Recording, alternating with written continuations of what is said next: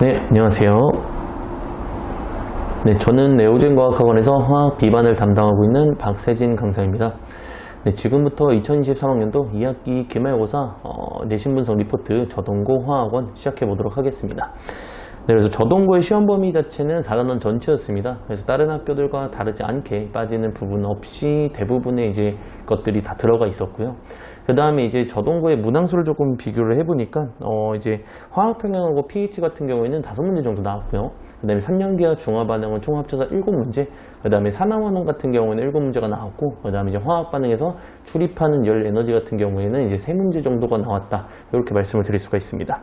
그래서 뭐 다른 학교들도 이런 식으로 문항수를 이제 내는 경향성이 있기 때문에 뭐 다르게 뭐 튀는 경우 없이 똑같이 나갔다라고 생각을 해주시면 될 것 같아요.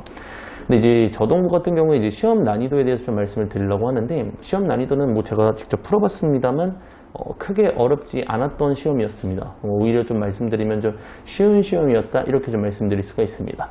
그래서 보통 이제 아이들이 4단원을 많이 어려워하는 이유는 이제 4단원의 내용들이 기본적으로 원리하고 이해를 통해서 응용하는 문제가 대부분이다, 이렇게 생각을 해주시면 됩니다. 그래서 이제 응용을 해야 되는데, 기본적으로 저희가 이제 4단원 전에 뭐 2단원이랑 3단원을 이제 배우고 오죠. 근데 이제 2단원과 3단원 같은 경우에는 물어보는, 요구하는 게 이제 대부분 암기예요, 암기. 그래서 이제 본인이 이제 똑바로 외웠느냐, 그런 걸 이제 체크하는 문제들을 많이 내다 보니까 거기에 조금 익숙해져 있다가 그 다음에 이제 다시 4단원으로 오니까 공부하는 습관이 좀 안 잡혀 있어가지고 아이들이 보통 어려워한다, 이렇게 좀 생각을 해주시면 될 것 같습니다. 그래서 이제 4단원에서도 이제 특히 학생분들은 많이 공감을 하실 텐데, 뭐 중화 반응이라든지, 그죠? 중화 반응의 양적 관계 문제나 아니면은 이제 pH, 그래서 수소 이온의 몰농도 쪽에 대한 문제를, 계산 문제를 조금 복잡하게 낸다면 아무래도 시험 자체에서 시간 자체가 좀 모자르다 보니까 아이들이 좀 이제 멘탈이 좀 나가면서 시험을 되게 어려워하는 경향성이 있어요. 이제 이게 대부분 이제 4단원의 기본적인 특징에 대해서 말씀을 드린 건데, 저동고등학교 같은 경우에는 문제를 보니까 좀 되게 쉬웠습니다. 상당히 이제 기본적인 내용들을 물어보는 문제들이 많았고요.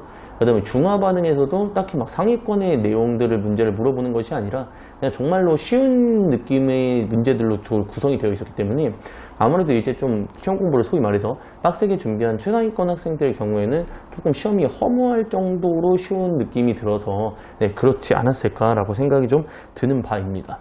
그래서 난이도 자체는 되게 쉬운 시험이 맞았고요. 뭐 굳이 말씀을 드리자면 이제 중화 반응에서 13번 정도가 조금 아이들 입장에서는 헷갈렸을 수도 있는데, 이거는 이제 문제 해석을 하는 그래프 문제다 보니까 아무래도 이과 염기를 넣을 때 어떤 식으로 우리가 반응이 일어나는지에 대해서만 정확하게 알고 있으면 어렵지 않게 넘어갈 수 있는 그 정도 수준의 문제였다고 생각이 듭니다.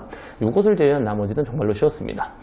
그래서 제가 말씀을 드릴게요. 이제 저동고등학교 같은 경우는 시험 대비를 어떻게 해야 되느냐라고 일단 말씀을 드리면, 일단 이번 시험 같은 경우는 굉장히 기본적인 문제들과 그 다음에 학교 프린트에서 조금 많이 낸 걸로 보여요. 그래서 제가 이제 학생들의 학교 프린트 대비하는 걸 문제를 풀어봤을 때 그때 문제들과 좀 많이 유사한 문제들이 많이 나왔습니다.